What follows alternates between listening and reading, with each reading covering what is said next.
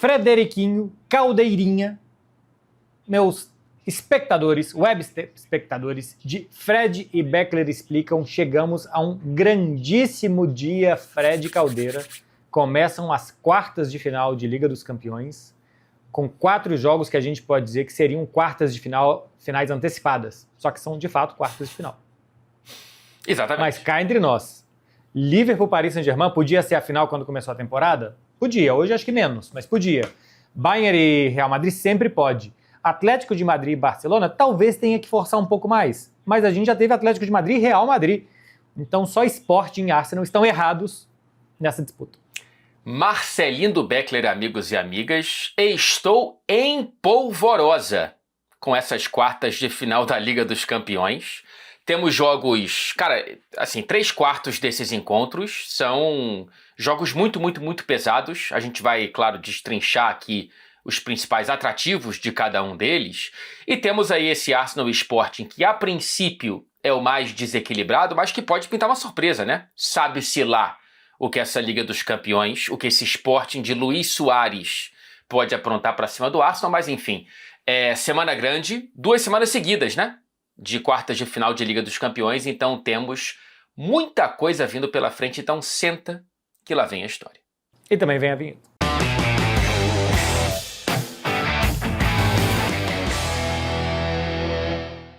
Marcelindo, você quer... Vamos naquele esquema, né? Confronto por confronto e no resumo a gente palpita quem que a gente acha que vai passar de cada confronto. Você quer começar por onde?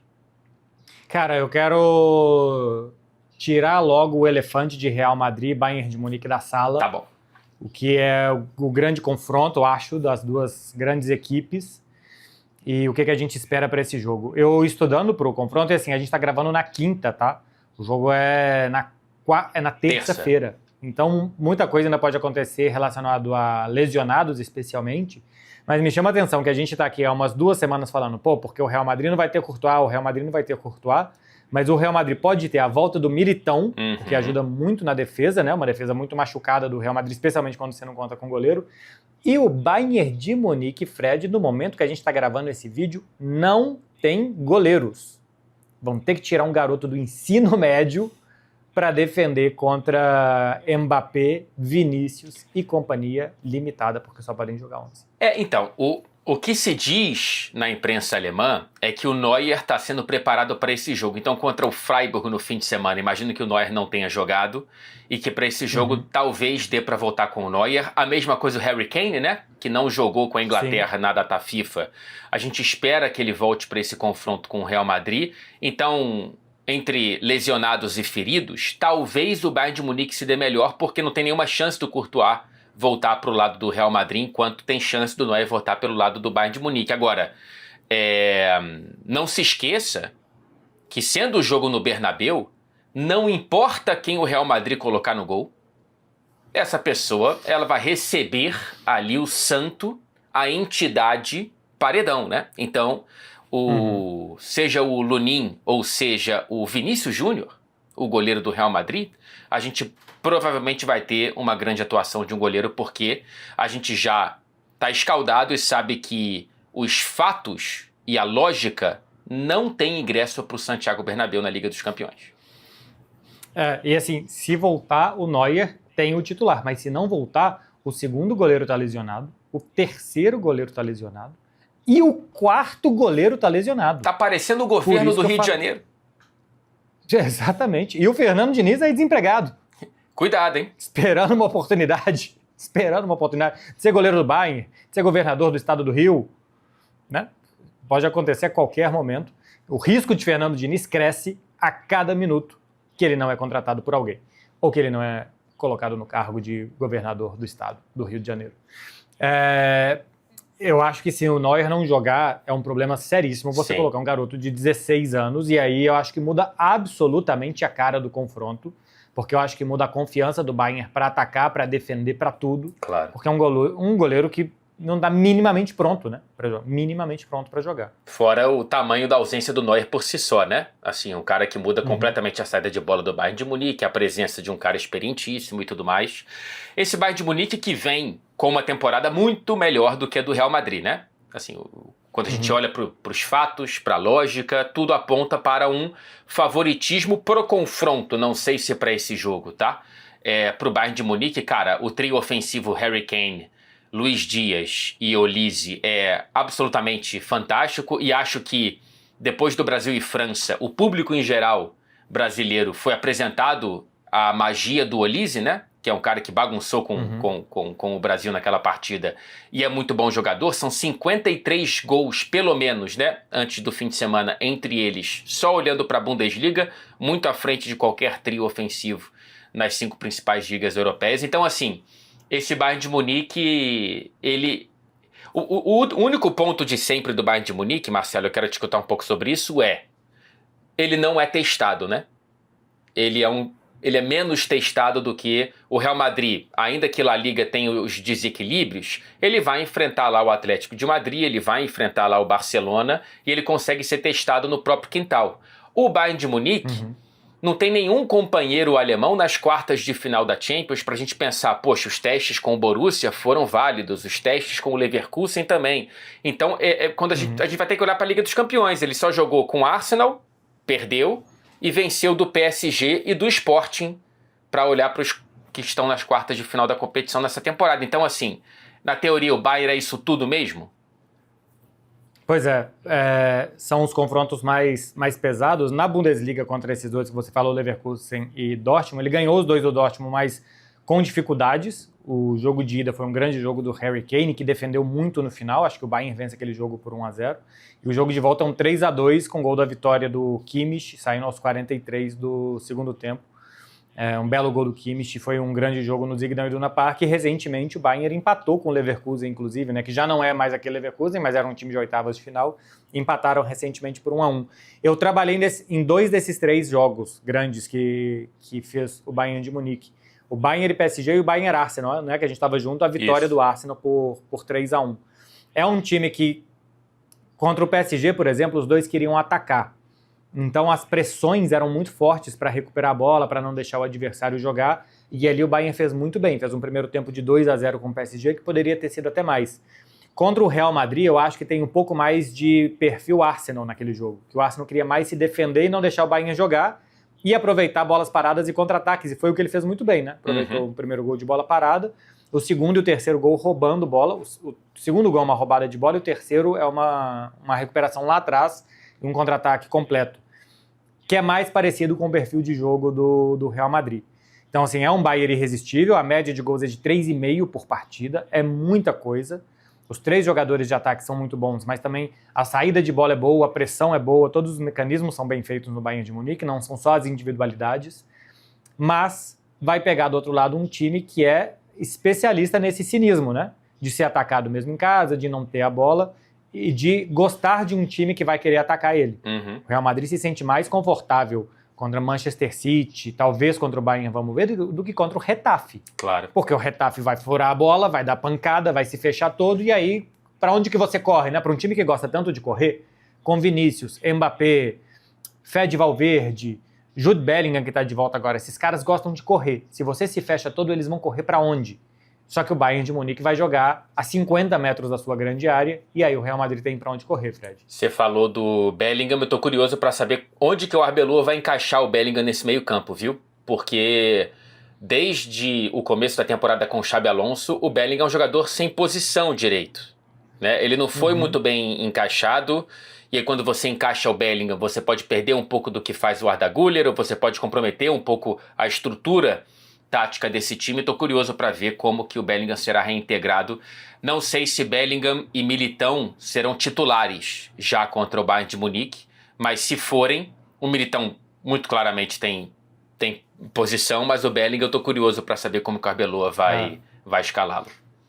Porque da diferença das oitavas para as quartas, são 2 mudanças que tem que fazer o Arbeloa, né? Sair o Brahim e entrar o Mbappé, e sair provavelmente o Arda Güler ou o Thiago para entrar o Bellingham. Você monta com o Tchouaméni, Thiago, Bellingham, Valverde. O Bellingham aberto pela esquerda, o Valverde aberto pela direita, eu imagino que vai ser isso. Mas você tira 2 jogadores silenciosos que estavam fazendo a engrenagem funcionar, né? Brahim e Arda trabalham para que Vinícius e Valverde brilhem nas oitavas de final contra contra o Manchester City. Eu acho que melhora. Sai Brahim, entra Mbappé, melhora muito. Só que como o time, a engrenagem estava funcionando e vamos ver se funciona de novo contra o Bayern. Daqui a pouco a gente palpita quem que passa desse confronto, ou pelo menos quem vence esse primeiro jogo, depois a gente decide qual o viés que a gente vai adotar. Vamos passar para Barcelona e Atlético, Marcelo Beckler, infelizmente sem Rafinha, né? Infelizmente o Barcelona recebeu uma pancada desde a definição desse confronto. Sim, perde um jogador muito importante. Se você puder até pegar os números aí, porque eu tô sem o retorno do computador aqui, mas quando se lesiona o Rafinha contra a França, eu faço um post mostrando a influência que ele tem para o Barcelona. Com ele em campo são 2 derrotas só na temporada. Uma delas tem que contar porque ele esteve, mas ele não tem nenhuma culpa contra nisso, Chelsea, que é o 3-0 para o Chelsea, ele voltando de lesão e ele entra já com um jogo 3-0, o Barcelona com um jogador a menos. Então, matematicamente, o Barcelona perdeu aquele jogo com ele. Só que na prática, das 7 derrotas do Barcelona na temporada, só uma o Rafinha estava jogando, que é contra o Girona. Tem 2 empates ainda e 27 vitórias. Com o Rafinha são 30 jogos, se for tirar isso do Chelsea, 30 jogos, 27 vitórias, 2 empates e 1 derrota. É um rendimento espetacular com o Rafinha. E eu falei das 7 derrotas porque eu não sei se o Barcelona perdeu ou não do Atlético de Madrid no final de semana, um jogo fora de casa. A média de gols marcados e sofridos é assim, com o Rafinha, o Barcelona faz meio gol a mais por jogo. É 2.9 contra 2.4. Ou seja, a cada 2 jogos o Barcelona marca um gol a mais. E sem o Rafinha defensivamente, o Barcelona toma um gol a mais por jogo. A média de 1.8 gols sofridos sem o Rafinha e 0.8 gols sofridos quando o Rafinha joga. São 3 gols, né? Ou se você for pegar a cada 2 jogos, 2 na defesa, que você toma menos, e 1 no ataque, que você marca menos. A influência do Rafinha é meio que de 1,5 gol por jogo no Barcelona. É muita coisa, cara. É muita coisa. Então, sem o Rafinha, a gente vai de Rashford? Você imagina isso? Rashford, sim. A contribuição defensiva do Rashford não é algo muito relevante e quando você compara com a contribuição defensiva do Rafinha, fica realmente um fosso muito grande entre os dois. Tem que ver também se o Lewandowski volta a acordar, né? Assim, o Barcelona precisa de um Lewandowski melhor do que nas últimas experiências que ele teve nessa temporada. Sim, e se não for o Lewandowski, o Ferran Torres, que tem... A gente tá em abril e ele tem 2 gols no ano. Não pega no tranco o Ferran Torres, que é um atacante irregular, mas que tinha com o Hans Flick encontrado dentro da sua irregularidade algum equilíbrio. Mas o 2026 do Ferran é muito ruim. E agora, sem o Rafinha, todo mundo precisa dar um passo à frente. O Lamine vem jogando muito bem, o Pedri também. O Firmino na Liga dos Campeões funciona muito. Mas todo mundo precisa dar um passo à frente. E no Atlético de Madrid, ainda há dúvida se o Jean Oblak vai estar pronto ou não para jogar. E talvez o Johnny Cardoso... O Johnny Cardoso fica de fora do primeiro jogo porque está suspenso, mas vamos ver se ele joga a volta. O Atlético de Madrid é um time que eu comentei o Atlético Clube Bruges e eu falava... O Atlético sofreu para passar. A ida foi 3-3, a volta estava 1-1 até o intervalo e o Clube Bruges sempre perigoso, sempre perigoso. E eu falei, o Atlético passa e agora se fortalece muito, porque eu não quero ver o Atlético de Madrid na minha frente jamais, seja quem for o adversário. Porque eles têm uma capacidade de endurecer todos os jogos, de competir muito, mas também de só jogar quase que quando são obrigados a jogar. Isso me irrita. Muito! Fico... Mas me irrita, Fred, como que assim, eles fazem 5-2 no Tottenham. E o jogo seguinte, eles não jogam contra o Tottenham. Eles perdem o jogo.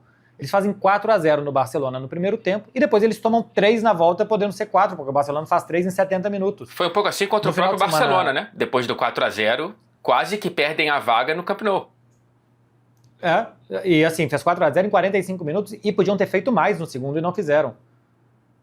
Porque 4-0 já era o bastante, não continuaram jogando. Contra o Real Madrid agora no Campeonato Espanhol, o Atlético de Madrid sai na frente, para de jogar, toma virada, toma 2-1, aí o que ele faz? Ele vai jogar, aí ele faz o 2-2.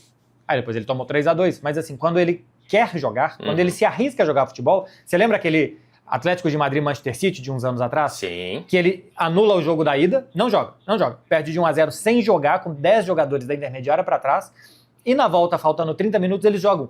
E o Manchester City toma um apavoro. Fica desesperado. Assim, o Manchester City vira um pouco Atlético de Madrid. Arremesso lateral. Só que num confronto de 180, eles escolheram jogar 30 minutos. Isso é tirar muito pouco do elenco que pode muito mais, eu tenho essa sensação. Eu também tenho essa sensação. As duas experiências do Atlético de Madrid no Camp Nou nessa temporada são de derrotas, né? Perde 3-1 por La Liga e depois, claro que um jogo todo formatado pela ida da Copa do Rei e da vitória de 4-0, toma um apavoro e quase que perde a vaga no Camp Nou. A gente, assim, alguém tem alguma dúvida de que teremos a postura que você citou agora contra o City em Manchester? Assim, não tem nenhuma dúvida de que teremos 10 atrás da bola. Né? Assim, vai ser um Atlético de Madrid que vai tentar anular esse jogo no Camp Nou para ver se consegue levar a decisão para o Metropolitano. Como que o Barcelona se comporta contra retrancas muito fechadas, Beckler? Eu até acho que essa temporada, nos jogos contra o Atlético de Madrid, quando pegou muito fechado, ele conseguiu se virar bem. Não ficou muito exposto aos contra-ataques. 3-1 do Campeonato Espanhol, o Atlético sai na frente e o Barcelona vira. Aí no jogo que o Lewandowski perde pênalti e tal. Mas é um jogo que o Atlético de Madrid quase que não chega a finalizar 10 vezes contra o Barça. E depois o 3-0 também. Quase não tem nada do Atlético de Madrid. Só um time joga, só o Barcelona joga naquele dia. Porque o Atlético tem muitos bons corredores, né? Lookman, Gil Simeone, Griezmann e Álvares chegando de segunda linha e tal. Tem uns caras muito bons para correr. Acho que o Barcelona vai fazer um jogo mais paciente. Eles jogaram no final de semana, né? Que a gente está gravando antes disso, mas eles jogaram no final de semana em Madrid, pelo Campeonato Espanhol, e eu não sei se isso pode condicionar alguma coisa. Se o Atlético tentou ali alguma tática que deu muito certo, ele vai fazer de novo. Se o jogo é fora de casa, então ele vai mudar completamente a sua postura. Mas já teve um enfrentamento deles 72 horas antes desse jogo, e que pode fazer alguma diferença de comportamento. Mas eu acho que a ideia do Atlético é levar o jogo para casa. Evitar um desastre em Barcelona, que é perder por muitos gols, e que seja perder por um gol, empatar, e claro que se puder ganhar melhor ainda, mas é levar o jogo para decidir em casa, porque sabe da força da sua torcida, da intensidade que vai ter, e o Atlético de Madrid acho que usa muito isso, o Simeone tenta usar isso a todo momento, para decidir em casa. Vamos passar para PSG e Liverpool. Primeiro jogo em Paris, decisão em Anfield. Quase que uma situação oposta ao confronto da temporada passada, né? Que chega o Liverpool todo bam, né? Líder da primeira fase da Liga dos Campeões e voando na Premier League.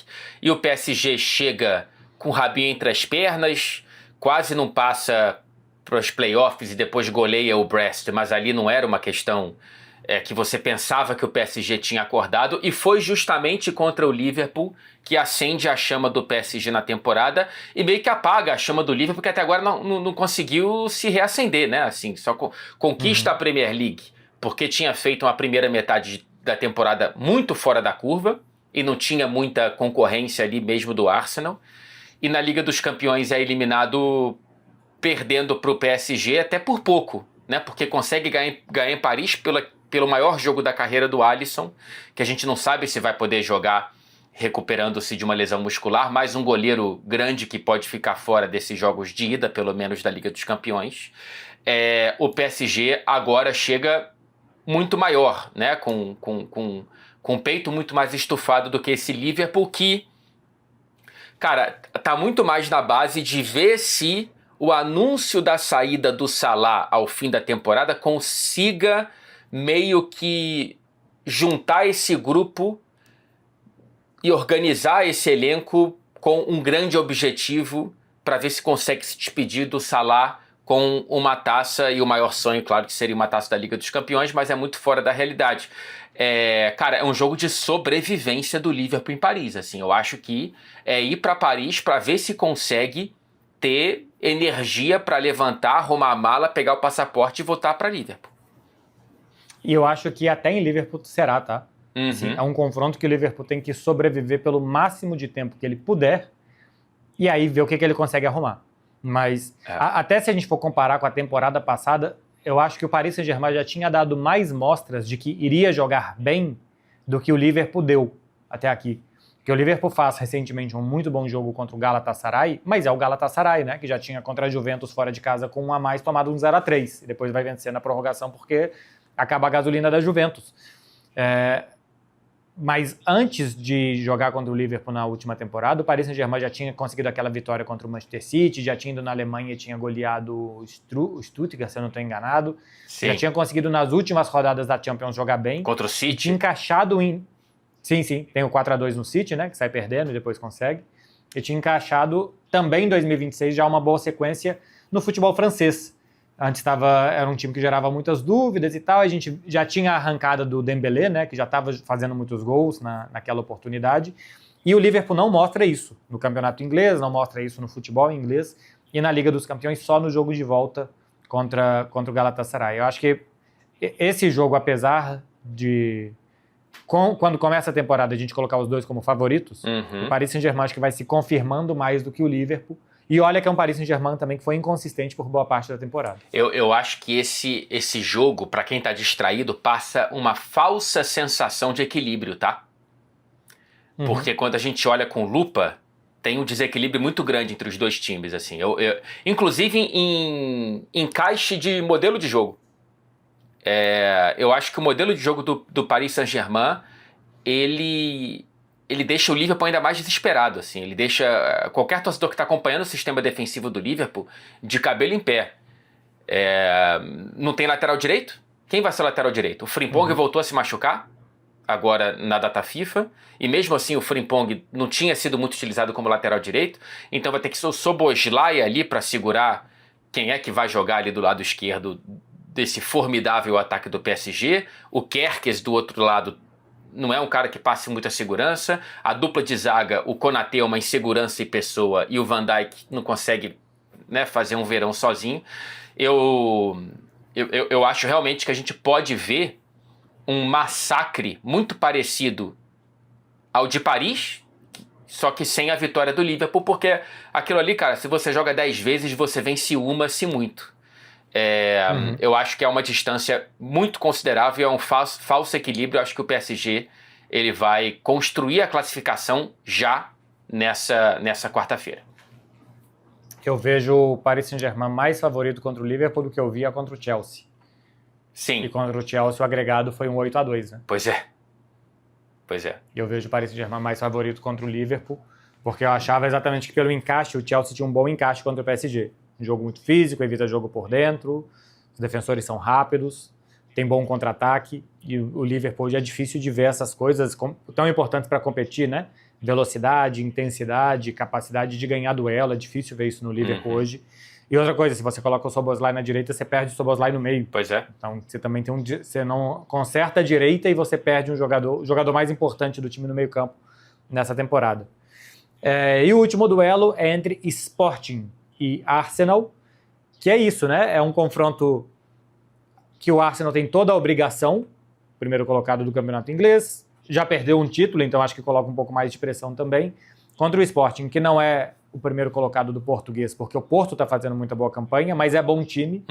Mas eu acho que pro despistado que você falou, e o que mais tem por aí, Fred, é gente despistada, é gente desatenta, que atravessa a rua sem olhar, que às vezes coloca uma camiseta do avesso, não percebeu, percebe na hora de gravar, tem que atrasar um pouco a gravação para trocar a camiseta. Enfim, mas o Sporting é bom. Você acha que passar roupa é importante?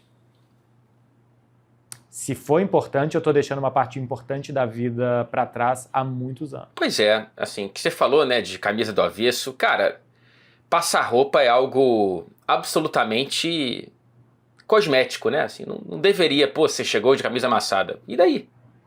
Na sua casa, você tem passado ferro? Eu não tenho passado muito ferro, eu tenho uma maquininha de vapor. Porque armar a tábua de passar roupa também dá uma preguiça, né?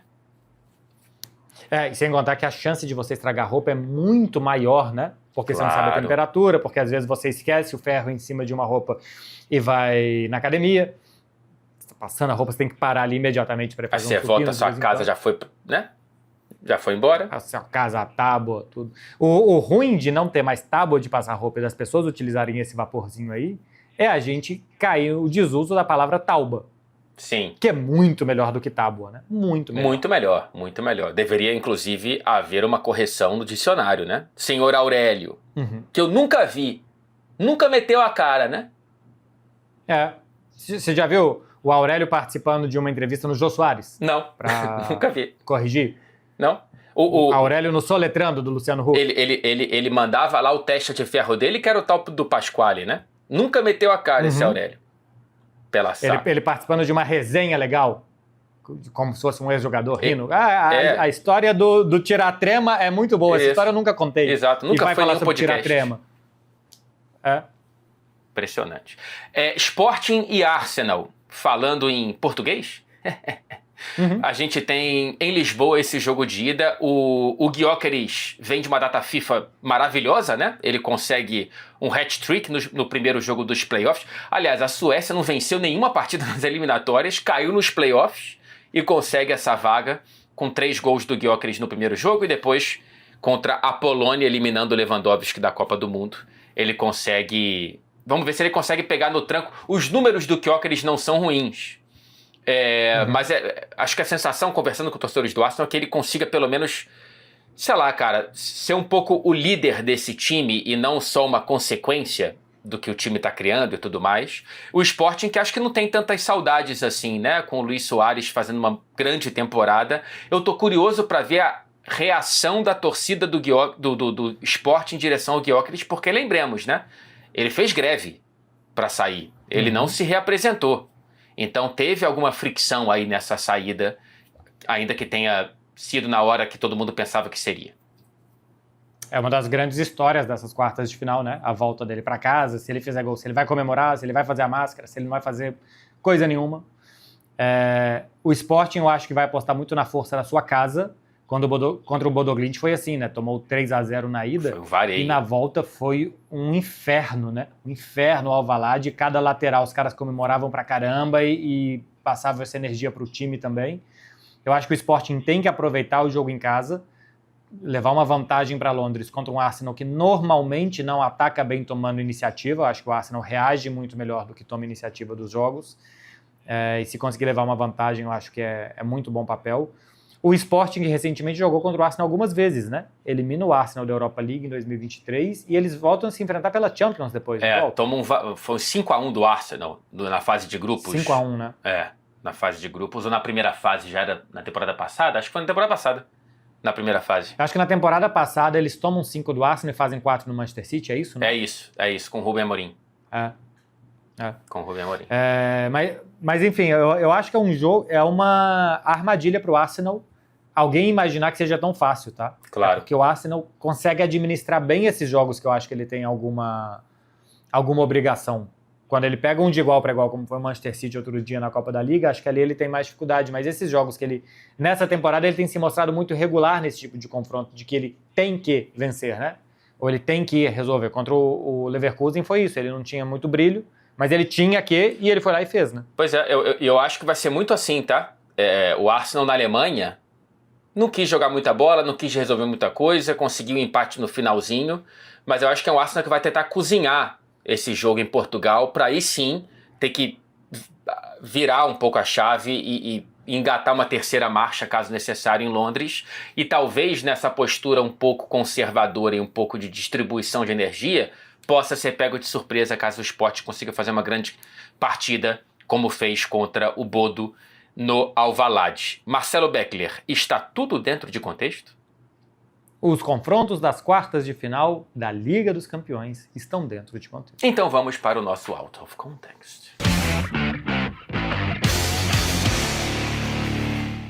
Marcelindo, quando a gente pensa em Bayern de Munique e Real Madrid, a gente pode puxar o fio de muitas histórias, até porque é o confronto mais repetido da história da Liga dos Campeões. São 21 taças em campo, e não é aquela piada que a gente fala 21 de um lado e 0 de outro, né? Assim, ainda que tenha uma discrepância muito grande, o Bayern de Munique é o terceiro maior vencedor com 6. E aí a gente pode pensar em algumas pequenas rivalidades ali, alguns molinhos, né, para esse confronto, como aquela cena do Kimmich com Vinícius Júnior, que tá repercutindo. O Arthur Quesada não para de falar desse lance, que torcedores do Bayern de Munique... Ele não para. Já engatou, já foi embora. Você não consegue buscar mais, né? Tá o balão lá do Baiacu, do Arthur Quesada, voando por aí nos céus da Baviera.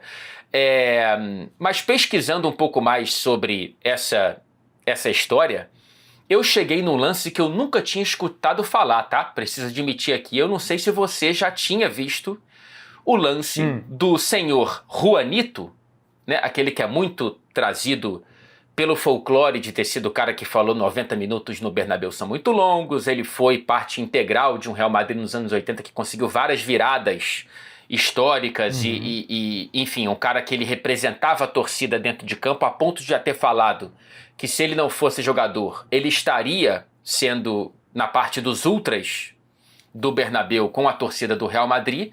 E tem esse lance que acho que lembra um pouco mais um torcedor ultra do que um jogador, que são 2 pisões no mesmo lance contra o Bayern de Munique e em cima do Lothar Matthäus. Cara, são 2 pisões, eu não sei se a gente pode colocar, imagino que a gente possa colocar esse lance na tela. Você já tinha visto isso antes, ô Marcelo? Não tinha, foi impactado por você. Impressionante, cara. 2 pisões, e aí eu já dividi essa informação com você, mas eu não sei se você conseguiria ter acertado o tamanho da punição que o Juanito sofreu depois desses 2 pisões. Ele foi suspenso. Então, diga. Então, se a gente não puder mostrar o lance, a gente está mostrando pelo menos a foto do primeiro e do segundo, né?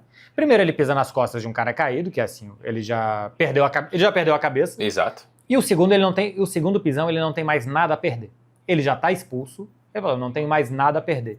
E ele tinha muita coisa a perder, Fred. Tinha muita coisa a perder. Ele pensou, cara, sei lá, quer dizer, não pensou, né?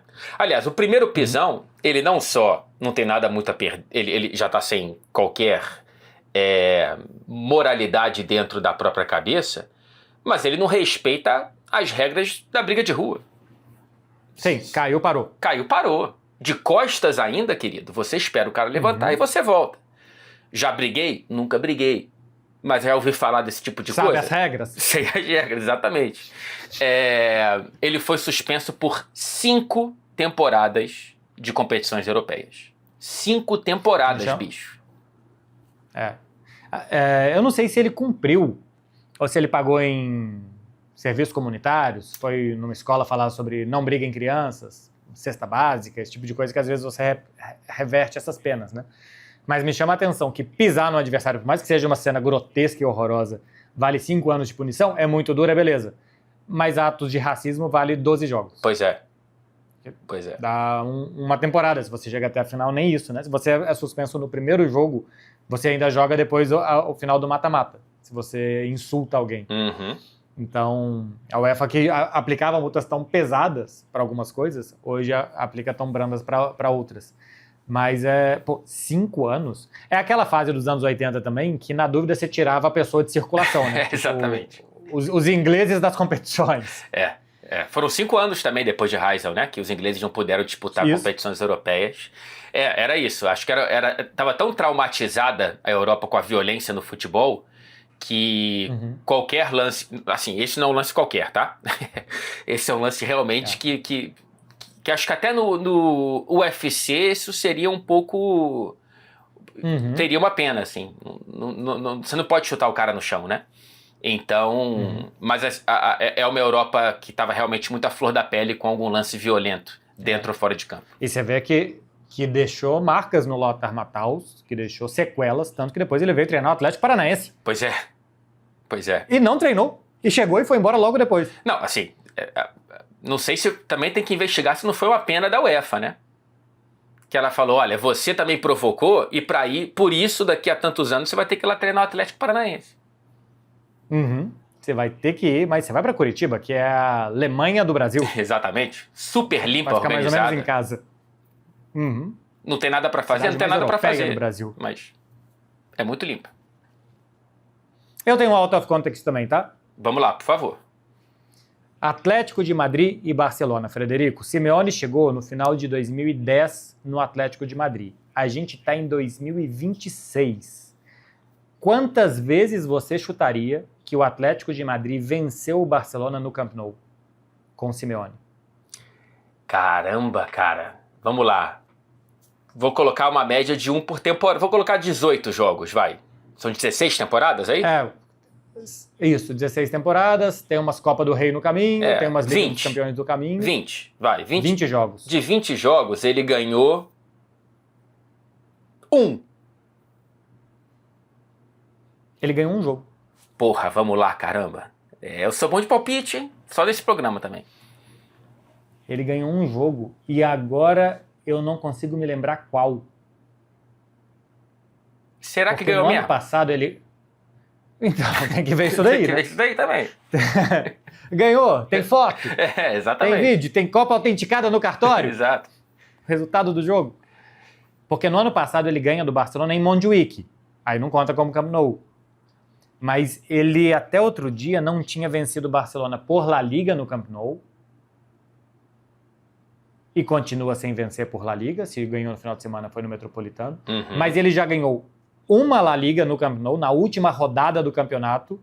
O Atlético de Madrid empata Verdade. com o Barça 1-1, gol do Godin, e é campeão 2014. O Barcelona tem um gol do Messi mal anulado naquele jogo. Que E é o Atlético Suárez de Madrid campeão com o Atlético, elimina- né? Não, isso é 2014. 2014, perdão. O Barça tem um gol mal anulado porque ainda não tinha VAR, dão um impedimento do Fábregas que não estava, ou do Messi, o Messi faz o gol e o Mateu Laoz anula. Era um gol legal do Barça. Alexis Sánchez fez o primeiro, o Godin empatou depois. E o Atlético de Madrid elimina o Barça 2 vezes da Champions. Elimina em 13 e 14, com gol de Diego Ribas no Camp Nou. É 1-1, Diego Ribas e Neymar marcam naquele jogo, e o Atlético de Madrid vence na volta. E depois, em 2015 e 2016, o Barça do trio MSN ganha o jogo de ida no Camp Nou por 2-1 e perde a volta com 2 gols do Griezmann, 2-0. Eu estava já nesses 2 jogos, no 2-1 e no 2-0 eu já estava. Ganha no Vicente Calderón, não era nem no Metropolitano, vence lá por 2-0 e elimina o Barcelona. Depois o Atlético de Madrid ia chegar na final contra o Real Madrid nas 2 oportunidades, 2014 e 2016. Será que o Barcelona vai fazer que nem o pessoal com que o Zico ficou bravo, né? O artilheiro do novo Camp Nou? Artilheiro do novo Camp Nou? Como assim? O Zico ficou bravo, e com razão, porque depois da reforma do Maracanã, separam, né, o artilheiro do Maracanã, que é o Zico, do artilheiro do novo Maracanã. Então, não sei se depois das reformas do Camp Nou, a imprensa catalã ela vai ficar separando o artilheiro do novo Camp Nou, ou se essa baboseira só existe naquela várzea do pessoal que quer tratar o Maracanã como 2 entidades diferentes. Exatamente. Foi numa dessas que apareceu que a média do Henrique Brocador era melhor que a do Zico. Isso, na nossa casa, hein? Exatamente. Na nossa casa. Eu estava trabalhando nesse lugar na época. E o VS se indispôs com o pessoal, né? É bom demais. É bom. O VS sai do... Aliás, vamos colocar no ar então, né? Quem não viu, veja. Os números do Hernani, dá uma olhada aí, olha, comparados aos números do Zico. Vocês estão de brincadeira de comparar o Hernani com o Zico. Quem teve essa ideia, hein? Olha ali, ó. Ah, eu me nego a Quem comentar teve a isso. ideia? Exatamente. Eu quero Não, mas saber quem pera é aí. o pai dessa ideia. Pera aí, mas o homem tem uma média de 1,16. No Maracanã, o Zico tem 0,76. Eu posso me retirar desse bloco do programa? Na Mas por boa, quê? de verdade. Não, de verdade. Eu quero saber quem Não. foi que inventou. Isso O pai disso daí sabe muito. Eu tô falando o Flamengo ganha, vira um Pode se troço. retirar, você recebeu É a maior autorização. torcida do Brasil, Henrique Marques. Você Senta aí. recebeu, É a maior volta lá. torcida do Brasil. Volta Henrique no Marques. volta no Tu intervalo. tá comparando o Hernani com o Zico, cara. Tá de Eu brincadeira. vou me na retirar média de também. gols do Maracanã. Eu vou me retirar também. Não. Eu vou em solidariedade, vou me retirar também. Pô. Legal. Brincadeira. Bom, então olha só. Aqui, Fred, eu tô pesquisando ao vivo aqui, depois que a gente viu o VS completamente incomodado com algo que era de se incomodar mesmo. As vitórias do Atlético de Madrid sobre o Barcelona em casa, no Camp Nou. Tem vitórias, deixa eu ver aqui, tem um 5 de fevereiro aqui que tem uma vitória do Atlético de Madrid sobre o Barcelona 3-1, e isso daqui foi em Montjuïc, 2005, 2006. Tem a de Montjuïc, e depois, antes disso, em 2005, 2006, o Atlético de Madrid vence o Barcelona por 3-1 no Camp Nou, com gols de Maxi Rodrigues, Fernando Torres e o Larsson marcou para o Barcelona. Caramba, então o Aí Simeone depois- não venceu. O Simeone não venceu o Barcelona no Camp Nou. Ele ganha do Barça em Barcelona, em Montjuïc, no ano passado.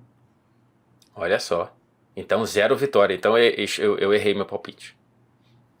Uhum. Nunca ganhou. Que coisa, né, cara? E eliminou o Barça de 2 Champions. Caramba, Eliminou esse ano da Copa do Rei.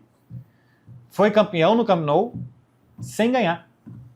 Mais Simeone que isso, Pois é. impossível. E nem precisa ganhar dessa vez, mas né, não é algo que deva mudar, porque não tem nenhuma necessidade na cabeça do Simeone do Atlético de Madrid mudar essa escrita para esse jogo de ida. Pode manter a mesma coisa, não vencer e depois em casa conseguir a vitória e aí se classificar. Frederico Caldeira, resumo. Vamos para o momento que as pessoas que assistem a gente aqui estavam esperando, porque eles só querem saber de palpite. Isso. Então vamos, Fred, dar os nossos palpites. Vamos de jogo Pras ou de quartas de final da confronto? Champions. Vamos de jogo, né? Vamos de jogo. Porque se a gente errar, a gente fala, mas no confronto eu achava que ia ser outra coisa. Isso, perfeito. Vamos começar então. Real Madrid e Bayern de Munique, Marcelo. Bernabéu. Cara, eu acho que quando sai o confronto, e eu ainda acho que para o confronto o Bayern pode ser favorito, mas para esse jogo, sem saber se o Neuer voltou ou não, mas com volta de Mbappé, de Bellingham, eu acho o Real Madrid favorito. E sem saber se o Harry Kane está 100%, se ele só foi preservado na seleção inglesa, eu acho que o Real Madrid é favorito para vencer.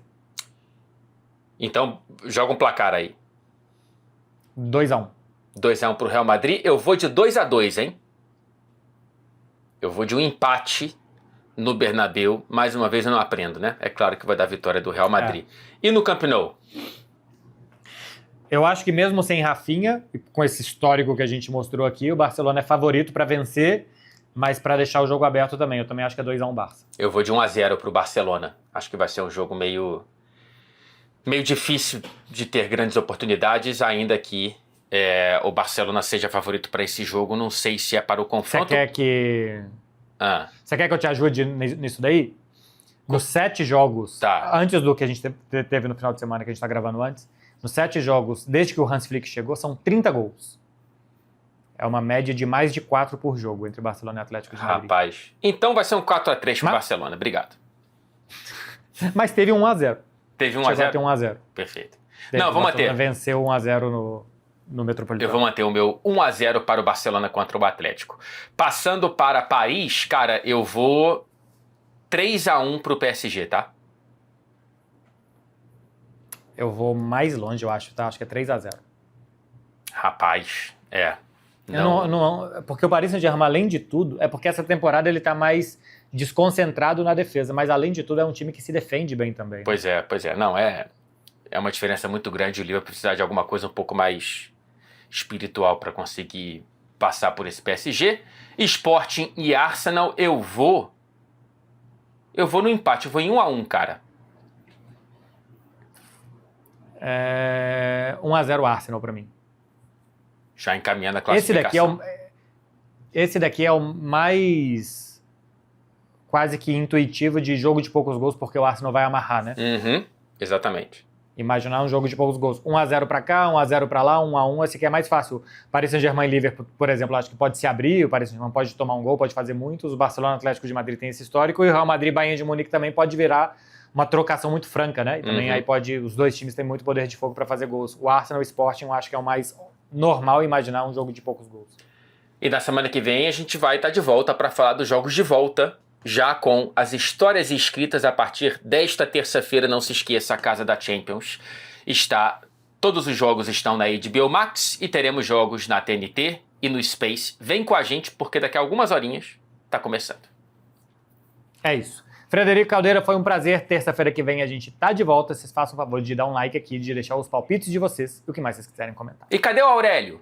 Mostra a cara, rapaz. Pois é. Comenta aqui. Isso. Vem, Aurélio, aqui nos comentários. Manda uma selfie. Corrige a gente.